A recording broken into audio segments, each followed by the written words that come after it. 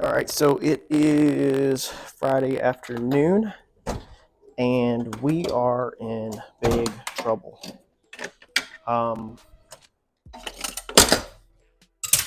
Basically, I should have had the car loaded in the trailer by now, but I have been trying to finish up the pantry that I started for my wife, and I just now got done. We are approaching, it's like 5:30, 6 o'clock, 5:30ish. And the car is not even together. So I'm about to start cutting these suspension pieces. Brandon, the CNC machine messed up or something went wrong, and it just didn't happen. The new ones didn't happen. So at a last minute attempt, I stopped by Uncle Mike's, had him take a plasma cutter and blow some of this out, blow this one out. So I've got some welding to do and grinding to do before I can even put this thing in the car. So now I'm in like scramble mode, and we have got to get this thing done. All right, y'all, you can only imagine how stressful this is for me, because you know I don't like to crank the car really late at night. 7 o'clock. We are into the afternoon hours. It's dark outside. Street lights are on. I got my second one welded up.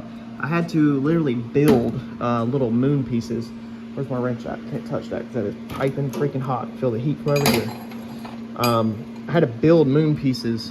You can see right there, to fill this in, to turn this straight for how I need it. I'm about to cool that down and get some paint on it. This is the first side that's done with the spacers built and the bolts through it. We still need touch up and everything, but this is clear, and there's nothing that, I know it looks stupid freaking close, but there is nothing that's hit, and you can fit a piece of paper between there. Yeah, it's not hitting over there. It's not hitting anywhere. So it's clearing everything, literally barely. That's how freaking tight it is. The bolt goes through it. So this is a little different than the old ones. The old ones were like this, and let's see here. They were indexed like that. That's how the old ones were. I needed them to be turned to clear this piece, because these were built using the bottoms right there with the shock rotated. We needed to get this end up top so that the fitting on the shock would not hit the arm under droop. So let's see here, full separation. If you put the fitting on the back side, it'll hit this bar. And then if you squat the car really down low, if you have a really freaking low ride height, then the front side, the fitting is really close to the ball joint. So if you were to slam the car down from a wheelie, it'd probably below that fitting slam off. So that's the reason why we needed to turn these around. So they're rough cut, but it is what it is. Let's see here. The other piece, I got to cool it and paint it. I'm in a rush, man. It is, what is it, 6:45, 7 o'clock almost, and the car is still not together. No anti-roll bar. I'm not 100% if we need the anti-roll bar, but it's done. I'm gonna go ahead and throw it in, because I don't know on the dyno if, you know, the car wants to move, the tires can hit the tubs, and I don't want to chance it. The TKM's 3 hours away from me, so I don't want to get there and then have to put it on or something. I'd rather put it on here at the house, but I need to get the front end lowered down first so I can jack up the rear end. Basically, I think it's going to be chunk the wheels on, chunk these new mounts on, chunk the anti-roll bar on, and get this thing in the box. But we're going to be probably in the 8, 9 o'clock hour by the time we get to that. 7:15, and I'm getting there. I've got both of the shock mounts on, but now I need to weld up our tie rods. If you remember, I built these for mock-up, and I was going to weld these up 100% at Randy's shop when we do alignment. We were going to do alignment before TKM, before the dyno. However, that didn't happen. So I'm going to go ahead and just weld these all the way up. I feel confident about it. But I don't want to be traveling 3 hours up the road and get to TKM and look in the trailer, and due to the stress, the tack weld's broke, and I have to take the car apart and use a welder at TKM to weld it up.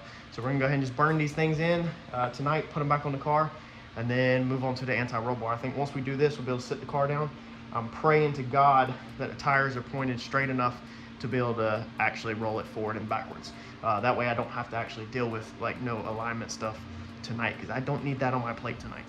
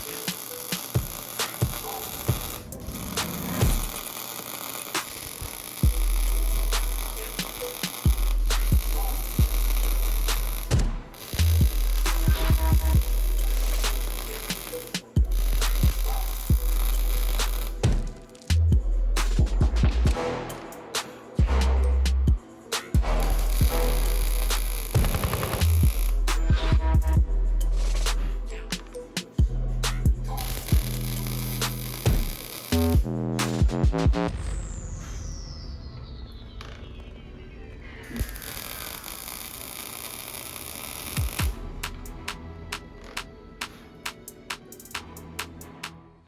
I have been thrashing. I'm exhausted, I'm tired. It's 8:03. I was setting ride height and we just found major issues with the car.